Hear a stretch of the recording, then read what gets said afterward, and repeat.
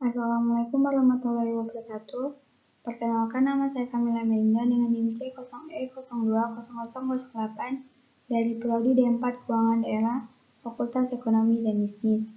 Di sini saya akan mempresentasikan makalah saya yang berjudul tentang penyelesaian kerugian negara atau daerah dari mata kuliah perbendaharaan. Pertama, di sini saya akan menjelaskan mengenai pengertian kerugian negara atau daerah. Pengertian kerugian negara terdapat dalam beberapa peraturan perundang-undangan, yaitu yang pertama Pasal 1 Ayat 2 Undang-Undang Nomor 1 Tahun 2014 tentang Perbendaharaan Negara. Lalu Pasal 1 Angka 15 Undang-Undang Nomor 15 Tahun 2006 tentang Badan Pemeriksa Keuangan.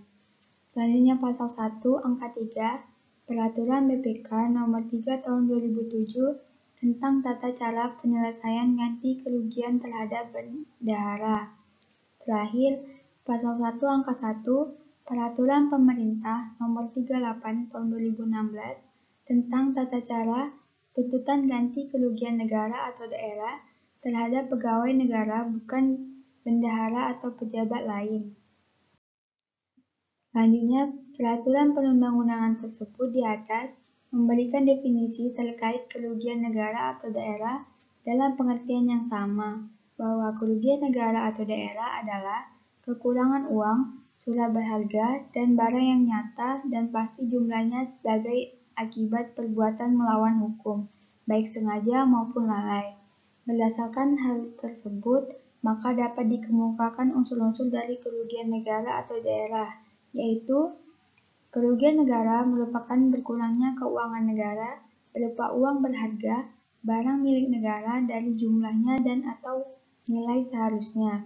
Lalu kekurangan dalam keuangan negara tersebut harus nyata dan pastinya jumlahnya, atau dengan perkataan lain, kerugian tersebut benar-benar telah terjadi dengan jumlah kerugian yang secara pasti dapat ditentukan besarnya. Lalu kerugian tersebut akibat perbuatan melawan hukum, baik sengaja maupun lalai. Unsur melawan hukum harus dapat dibuktikan secara cermat dan tepat. Lalu tata cara penyelesaian kerugian negara yang disebabkan pihak ketiga dan tata cara pemantauan penyelesaian kerugian negara atau daerah terhadap pihak ketiga oleh BPK. Tata cara penyelesaian kerugian negara yang disebabkan oleh pihak ketiga.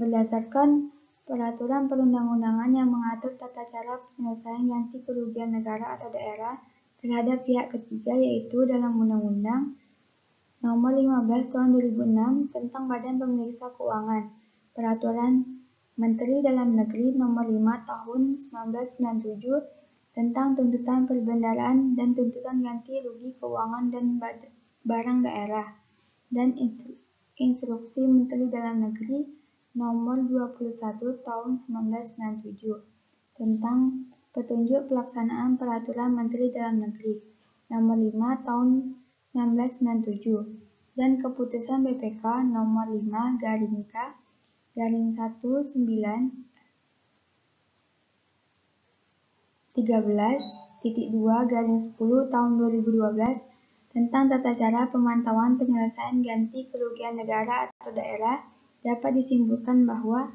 tata cara penyelesaian kerugian negara atau daerah terhadap pihak ketiga dapat dilakukan melalui, yaitu upaya damai, dengan cara pihak ketiga membuat suatu surat pernyataan kesanggupan yang menyatakan kesanggupan dan pengakuan bahwa yang bersangkutan bertanggung jawab atas kerugian negara yang terjadi dan bersedia mengganti kerugian yang dimaksud.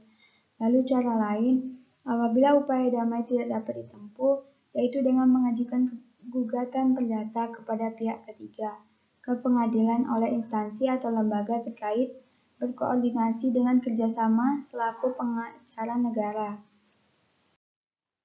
Lalu tata cara pemantauan penyelesaian kerugian negara atau daerah terhadap pihak ketiga oleh BPK. BPK memiliki kewenangan untuk memantau penyelesaian ganti kerugian negara atau daerah yang ditetapkan oleh pemerintah terhadap pihak ketiga melalui tata cara sebagai berikut, yaitu yang pertama, pihak ketiga membuat surat pernyataan kesanggupan bertanggung jawab atas kerugian negara yang terjadi dan bersedia mengganti kerugian yang dimaksud. Lalu apabila penyelesaian melalui surat pernyataan kesanggupan tidak tercapai atau tidak dapat menjamin penyelesaian ganti kerugian negara, maka instansi mengajukan gugatan perdata ke pengadilan. Lalu dalam rangka memperoleh ganti kerugian negara atau daerah, pengadilan menawarkan upaya mediasi sebelum masuk ke pokok perkara gugatan. Dan terakhir, dalam hal atas perkara tersebut, telah terdapat putusan pengadilan yang berkekuatan hukum tetap, maka instansi harus segera mendorong pihak yang berwenang melakukan eksekusi atau atas putusan pengadilan. Itulah presentasi saya mengenai makalah saya. Apabila banyak kesalahan kata saya mohon maaf, dan saya akhiri wassalamualaikum warahmatullahi wabarakatuh.